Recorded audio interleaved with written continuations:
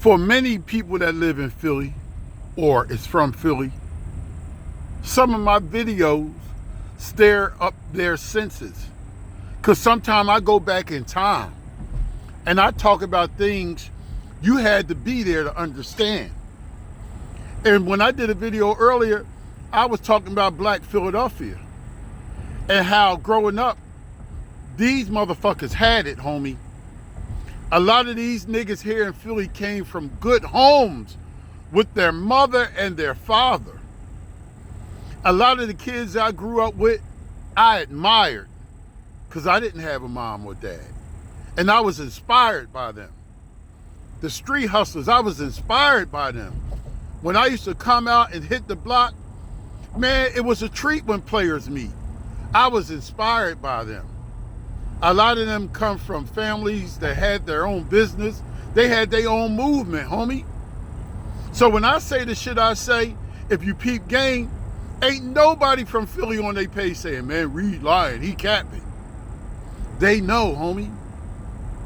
It ain't nobody in Philly that can say I hated on them or ever hated on them. Because I got love for all these niggas. See, I was brought up and taught to be inspired by those that get up and go to work every day and handle their business. It was no such thing as hate growing up. We never used the word hate. You might have heard the word jealousy, but never hate.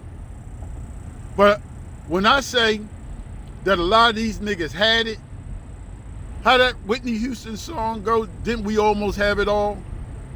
No, they had it all, but they dropped the ball.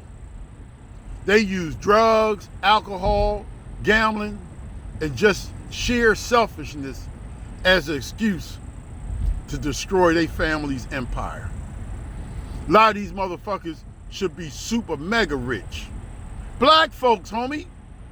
That's why when they be trying to push the victimhood narrative, the racism narrative, I be like, they fucking lying, homie. I ain't never been nobody victim. I don't know too many victims here in Philly. From what I remember, these niggas have always been getting it. Now, a lot of them lost their money gambling, doing drugs, making bad investments. But I'm here to tell you, these niggas had it, homie. They had that cheddar. I looked up to so many of these niggas, young and old. Some younger than me, some older than me. Because they were an inspiration to Big Reed. They was an inspiration. And these niggas know it. When I would see them, everybody started smiling. Because I always showed everybody love. Because I was glad to see him. From the heart. I always tried to have something fly to say, pop spit, talk some pimp shit, and get niggas riled up. But they know it's always been love. It's just sad that so many people brought into that self-destruction, you know, to think lowly of yourself, to play the victim. We never even talked like that. Wasn't no victims in Philadelphia, in Black Philadelphia. A nigga did something to you, you went and did something back to him.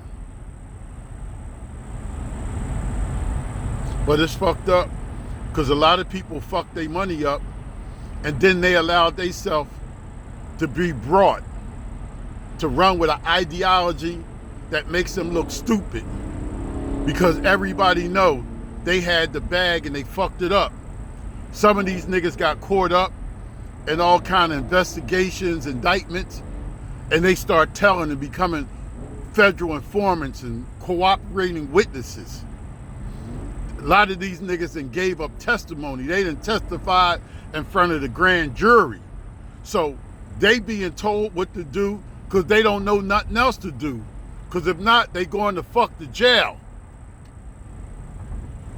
This is fact, homie. But I ain't mad at nobody, never have been. Man, listen, my black ass beat the odds, homie, with no mama or daddy.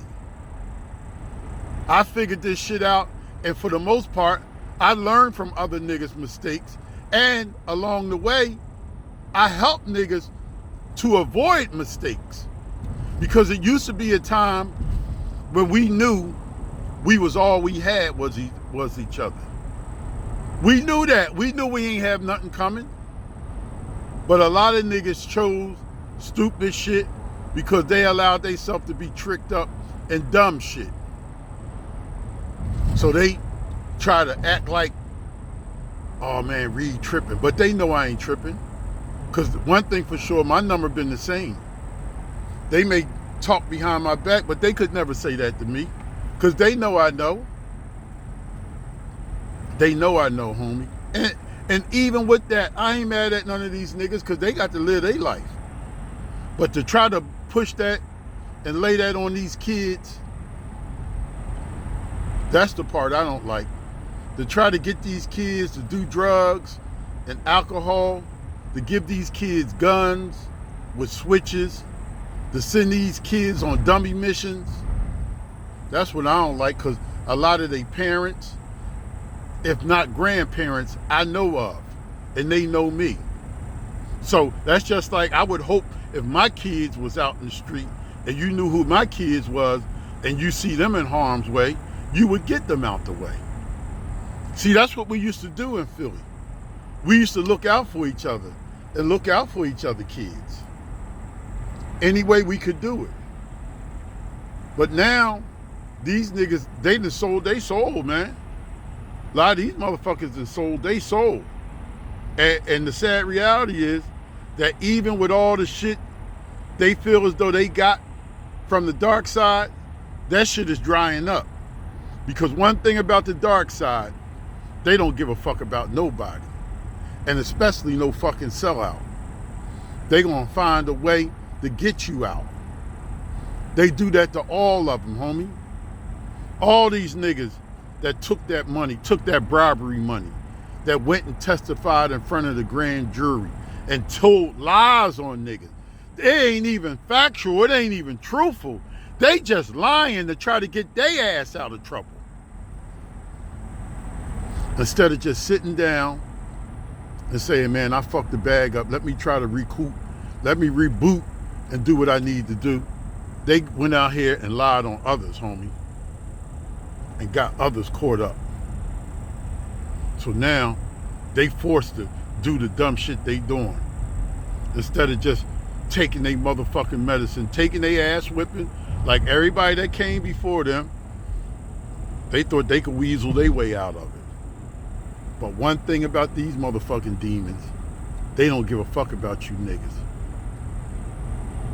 You know what, man? With that said, y'all stay on point and watch your back.